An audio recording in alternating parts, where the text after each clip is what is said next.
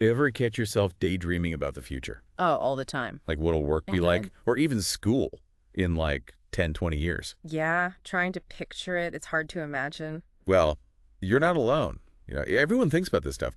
You've sent over some fascinating articles about what the classroom could look like in 2030 Like, and beyond. really interesting stuff. And let me tell you, some of this is seriously mind-blowing. Like, whoa. It does feel like we're on the edge of like a huge change in education. Totally. It's a revolution, right? A revolution. We've got expert predictions. We're going to peek into what Finland is doing to shake things up. They're always ahead of the curve. They are. It's like peeking into an alternate dimension of learning, honestly. I like that. And the biggest change. It sounds like teachers, their whole role is getting a makeover. 100%. Yeah. Yeah. That's a theme that runs through almost every article we're looking at. It's less about the teacher being the sage on the stage at the front of the classroom, lecturing at rows of desks. Right. It's much more about them guiding each student on their own, like, unique learning journey. So less stand and deliver and more mentor and discover. Exactly. I think that's a great way to put it. The Redem article, they predict that teaching by 2030, it's going to be all about like personal and practical skills. Okay. Instead of just, cramming in academic content. Interesting. So imagine a classroom where the teacher is more like, almost like a talent scout, Oh, I like that. helping each student figure out what they're passionate about, Yeah. what their skills are, and then like developing those. Okay, now that's exciting. Yeah. That's really cool. It's almost like personalized learning plans for everyone, but that would require, a totally different skill set for teachers. Oh, absolutely. Yeah. Yeah. You can't just, know your subject inside and out anymore, which was like the old model. This new generation of teachers, they need to be like masters of observation. They've got to be able to spot those aha moments Yeah. when a student is really clicking with something. And hold on. Because do those aha moments, do those even look different in this future classroom? Are we talking about those classic, like, light bulb moments of, oh, I get the Pythagorean theorem, Right. or is something totally different? I think it could be both, honestly. Okay. If students are learning through like real world projects, Yeah. which, they already are in some of these Finnish schools we're looking at, those aha moments might come from, when they solve a problem as a team, or they make a connection between two things that you wouldn't think are connected. So it's less about just memorizing facts and more Yeah. about making those connections yourself Yeah. between those different pieces of information. Exactly. And this is where that idea of, what was it called? Phenomenon learning comes in. Yes. That you highlighted from the El Tiempo article. Yeah, it was fascinating. Instead of learning about all these different subjects separately, like in silos, Right. imagine, students tackling a real world problem, something like climate change, but they're looking at it through all these different lenses, Wow. through science, history, even math.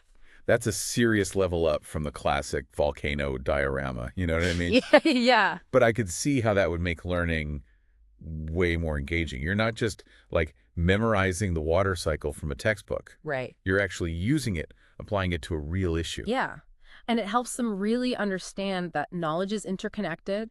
Everything kind of flows into each other. Right. And it's about preparing them to actually solve problems, because that's what we're going to need. Makes total sense. But this all sounds incredibly like free-flowing. Yeah. So if every student is off on their own path, how does learning even happen in a structured way? That's where this whole idea of personalized and unbound learning comes in. Okay. A bunch of these articles talked about it. So picture this. A classroom where the desks aren't in those rigid rows anymore. Oh, wow. Instead, you've got all these different zones for learning. So maybe some students are huddled together working on a project in one corner, Yeah. while others are, off by themselves doing research online. So less rigid structure, more freedom and movement? Exactly. The Guy Fantil article, they highlighted how important those dynamic environments are. Right. Because they can cater to different learning styles and paces. Of course, of course. So however a student learns best, that's what they can do. So we've gone from sage on the stage to guide on the side, and from rows of desks to these flexible learning zones. I love it. What's next on our journey into the classroom of the future? Well, we can't talk about the future of education without talking about technology. Of course not. The elephant in the room, right? Or should we say the laptop in the classroom? Ah, there you go. And some of these articles, they had some pretty strong opinions on how big a role tech should play. It's definitely not just about like handing every student a tablet and calling it a day, right? Exactly. And actually, the LT-EMPO article, they made that point really well with that example from Colombia. Right. Just throwing technology at the problem Right. without actually thinking about how kids learn best, it's not going to magically make things better. It's like that saying, if you give someone a hammer, everything looks like a nail. Yes, 100%. The Intel article, they framed it really well, talking about this fourth industrial revolution. Right. Like, we're already surrounded by tech. We Yeah. got to make sure it's working for us. Not the other way around. Exactly. So it's about teaching kids how to use it as a tool. Yes. To actually learn, not just, for entertainment and games. Exactly. And not just using it, but using it well, Yeah. safely, responsibly, all of that. Yeah. That's something the Healthy Children article brought up. That's something, honestly, I think about a lot. Like, how do you teach kids to be careful about what they see online? How do they spot fake news? Avoid those echo chambers. It's about critical thinking, media literacy. Which are not easy. Not at all. But we've got to give kids the tools to question what they see, evaluate their sources, recognize when something's biased. And probably even more importantly, how to be decent human beings online. Because let's be honest, it can get toxic out there. It's true. And that actually brings up another really essential piece that these articles highlighted: social emotional learning. Okay, so we're talking about like self-awareness, empathy, being able to manage your emotions, right? All of that. But how do those skills fit into this like high-tech classroom of the future? It seems almost like the opposite.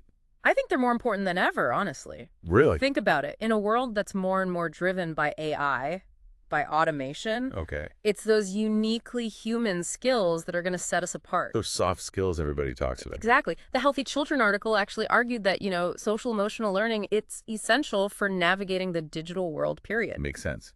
Because, yeah, it's one thing to know how to code, but it's another thing entirely to know how to work well with other people. Yeah. Or even just to, grasp the consequences of the technology you're building for society. 100%. And, it's not just about prepping them for the job market. Right. Social emotional learning, it helps kids in all parts of life.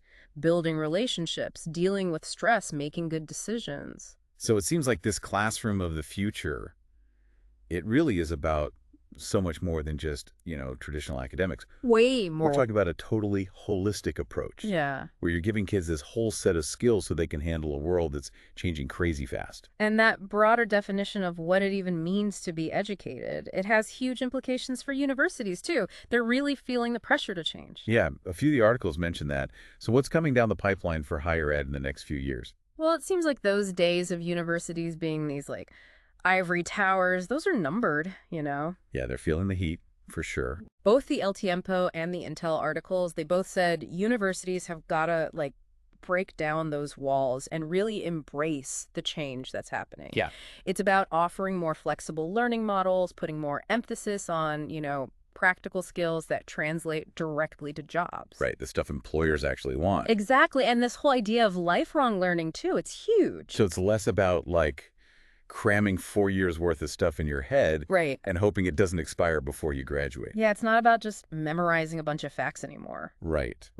The LT-EMPO article even went as far as to say that a lot of traditional universities, they could become obsolete. Wow. If they don't change, which is, kind of a scary thought. Yeah, yikes.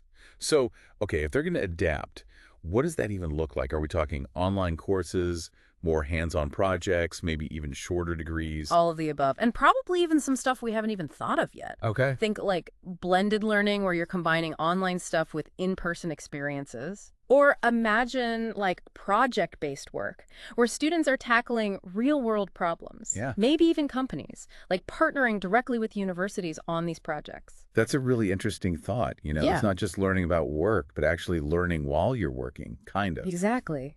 And we can't forget about the rise of these alternative credentials either. Right, yeah. All those micro-credentials, online certifications. Oh, yeah.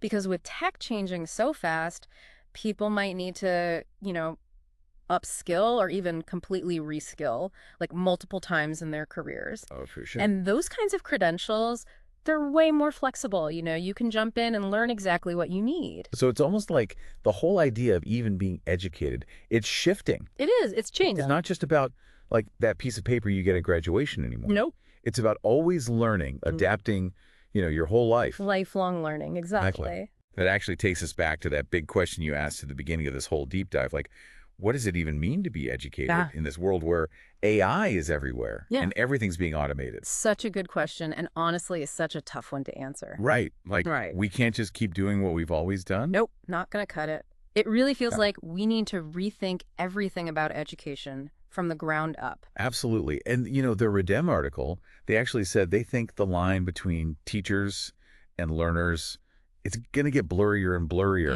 Interesting. It's less about this, top-down, I'm the expert, you're the student kind of thing. Right. It's more about this back and forth, a real exchange of knowledge where everyone's learning from each other. So it becomes less about like formal institutions and more about, well, life. Exactly. Yeah. It's happening already. When you look at online learning platforms, open source stuff, the sheer amount of info we all have access to now. It's pretty mind-blowing when you really think about it. It is. It's like education is becoming democratized, Anyone with the internet and the desire to learn can... That's really cool. But I got to say, with all this change happening, it's a lot to wrap your head around. It is. It's a fire hose. It really is. Yeah. So if we're going to walk away from this deep dive, what are like the big takeaways we should remember? Okay, let me see if I can sum it up. I think the classroom of the future, it's all about personalization, making sure each student's needs are met. It's about flexibility, letting kids learn in different ways and at their own pace. Right. And it's about really focusing on those things that make us human, those uniquely human skills that are going to become even more valuable as things become more automated, So things like critical thinking, creativity, collaboration. All of that. And just a love of learning, helping kids find that joy in learning new things. It's about being adaptable, being resourceful, being resilient, being ready for whatever comes next. Couldn't have said it better myself. And that's really what it's all about, getting our kids ready for a future that we can't even fully imagine yet. It's true. Well, that was quite a journey, wasn't it? It really was. Yeah. And the thing is, we're just getting started. I know, right? It's exciting. The future of education, it's full of possibilities. I can't wait to see what happens next. And neither. And who knows, maybe someone listening to this right now will be the one to invent some amazing new way to learn, I love that thought. If this deep dive got you thinking differently, if it sparked even just one of those aha moments, then we've done our job. Mission accomplished. Thanks for coming along for the ride, everyone.